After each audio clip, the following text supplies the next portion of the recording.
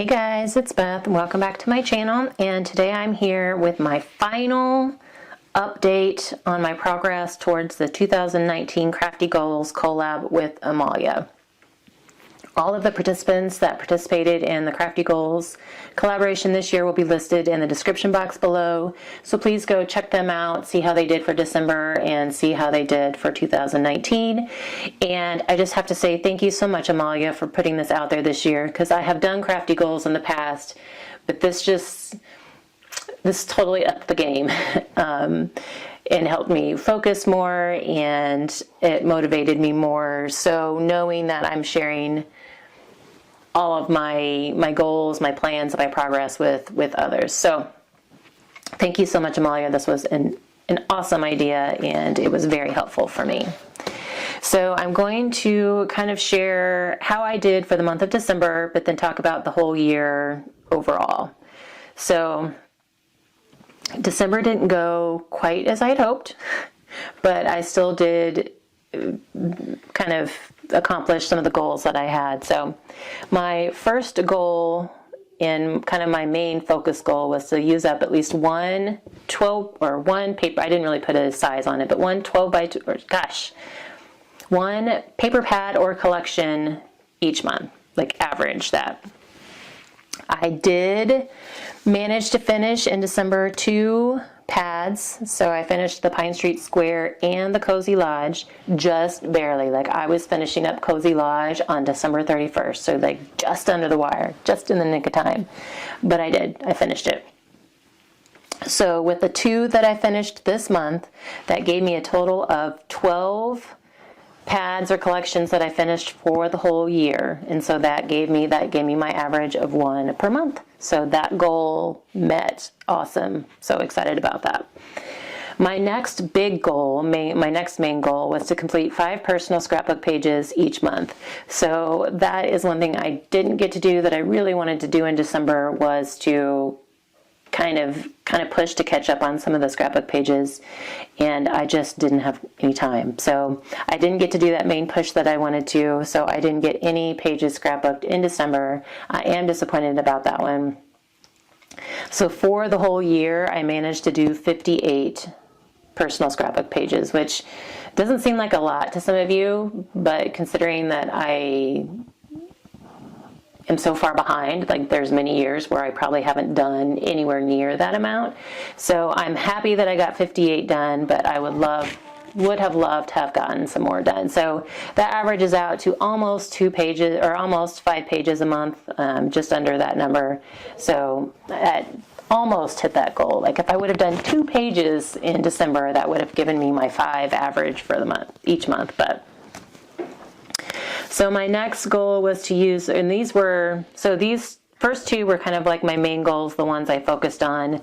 The next several were just goals that I kind of wanted to keep on my radar. It was just a way to remind me to do some things, but they weren't like my main focus, if that makes any sense. So the next one listed was to use up a card kit. And I did not do any of it in December. And so for the year, I only used 2 card kits, a total of 2. But again, that's probably more than I used up last year. So I am happy about that, but I still have lots to go through. The next one listed was to use up an embellishment, and I was trying for at least 1 per month. I did knock that one out of the park here in December. I used up 2 rolls of ribbon. One was a Christmas ribbon, one was just a regular roll. I finished off washi tape. I used up a whole pack of Christmas rub-ons.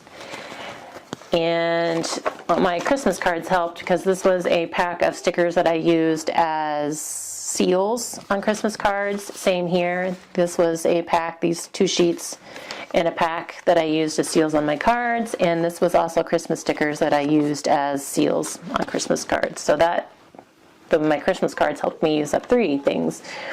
This was a pack of reindeer and holly burlap embellishments, and I used that up. And then this was a 3D embellishment sticker set pack that I used up. So you know, sending out my Christmas cards and then finishing off those 2 paper pads really helped me use up a lot this month. So I think it was like 9 things that I used up this month, and so for the whole year it was 29 embellishments that I used up. And so I averaged 2 per month, which is great. But when you think about how much I have in my stash, that's like not even a drop in the bucket. So I am glad I used those up, and it was nice to track to see that I was actually using stuff up, but I totally wish I could have used more, would have thought to use more. So the next one was to use or decorate one upcycle item from my stash, and these were things like wooden shapes or things that I had bought to remake into something else or upcycle into something else, or to use like to embellish it, you know, like basic forms that I could embellish and make into something else. And I did use one of those in December, and it was this whole pack of clothespins, wooden clothespins from the Dollar Tree. There were 36, and I did use that up on projects from one of my pad kills, and so that will be coming out soon. I will share that with you. So with that one from December, I used up 21 items from my stash this year, and so that was like wreath forms, wooden shapes, what else did I use? Oh, like notepads and things like that I decorated. So again, happy that I used that much, but with all, I have like a whole like small cabinet full of stuff, so still could have done a lot more with that. But the next one I added in March, it was one of the challenges was to add something new, and so I added try one new thing. This was either a new technique or a new type of project or a new, like, you know, method of doing something, and I didn't do any of that in December. So if you average out, like I added it in March, like towards the end of March. So if I would have started in April, that would have been 9 months, and I averaged 8 new things. So I didn't quite get 1 per month, which is fine. It's always nice to learn new things and to keep learning, but I know a lot of the times I get like I'm trying to do so much that sometimes stopping to take the time to learn something new kind of affects everything else. So I'm fine, you know, like still I want to try and incorporate new things into what I'm doing, but I'm okay with that one this year. And then in July, I added one last goal of finishing scrapping all of my 2012 pictures by the end of 2019. And I wish I would have added that one earlier so that it would have been more of a main focus. And so of all the pages that I scrapbooked starting in July, I started to track how many of these were from 2012. And so because I didn't get any scrapbooking done in December, I had 0 here, but there were 8 pages since July that I tracked that were for 2012. I'm sure there were more up here that I did, I just didn't track it. So, like I said, I really wish I would have started that earlier so I could keep better track of that. And I probably have about 4 months worth of pictures left to scrapbook. So I'll have to tack that on to this year. But I've done Crafty goals for the last several years. I want to say 2017 was like the first year I started. And the using up one paper pad or pack has been one of my goals every single year. So I think for at least 2 years I've wanted to try and use 1 per month, and this is the first year I have ever actually accomplished that. So I think the year before I did like maybe 8, and the year before that was maybe 5 or 6. So I'm getting, you know, I progressed each year, but you know, I'm so happy that I finally reached that goal of using 1 per month. And that is something that I definitely want to keep at going forward. And then I think I said 58 scrapbook pages doesn't seem like a whole lot to some of you who actually are able to keep up on your scrapbooking, but I am very happy with 58. I would have liked to have gotten more done, but like I said, that's probably way more than I've done in the past. So I'm excited that I got that much done, and hopefully in 2020 I can get 2012 and 13 finished and kind of keep my 7-year range of being behind on all my scrapbooking. So I feel like I know I did a lot this year. I'm a little disappointed that I didn't get more of certain things done or more things used up, but I do know I got a lot done. I did use up a lot, and it just doesn't seem like I did because I keep adding to my stash, or I have so much, it's just not noticeable, like when you're actually looking at my stash.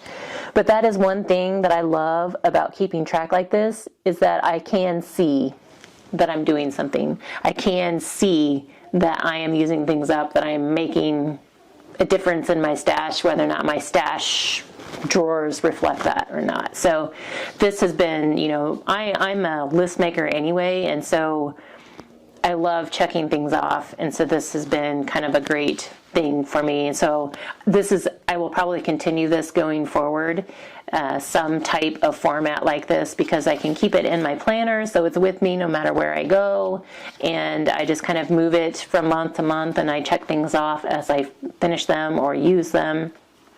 So I definitely love this format. I know everybody's got a different way that they like to track things, but I think I have found that this way works great for me, and I'm also going to incorporate it into kind of my business and personal goals for this year, just because this worked so well, and the way I did my business and personal goals last year was not as effective. Like I don't know if I didn't break them down far enough, or I didn't make them as trackable. I don't know. But I have learned, like, this is definitely a great format for me. So I will have to figure out how I can tweak my personal and business goals to fit something like this, because I love it. And I got to keep finding this is more of a ledger sheet type paper, which totally fits my accountant personality too. I love that. So I got to keep seeking out pretty ledger paper that I can use for my tracking sheets. But that's what I got done this year. That's what I got done this month. I hope that all of you that started doing some crafty goals for yourself made good progress this year, and that you feel good. And I know that there are a lot of you that are joining the collaboration for 2020. So I am super excited about 2020. I've already made my crafty goals, figured out what I want to do for this year, and kind of how I can get myself to focus a little bit more. So hopefully I can be even more productive in 2020. But if you guys have any questions on anything, let me know. If you guys let me know how you feel about your progress towards goals, or not, even if you didn't set goals, like how you feel about what you got done in 2019. I would love to hear how you did, how you feel about what you did.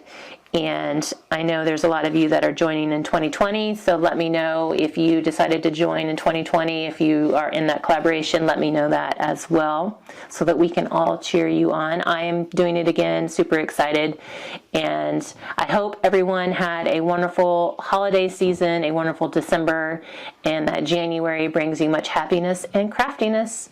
But I thank you guys so much for your time today, and I hope you have a crafty month.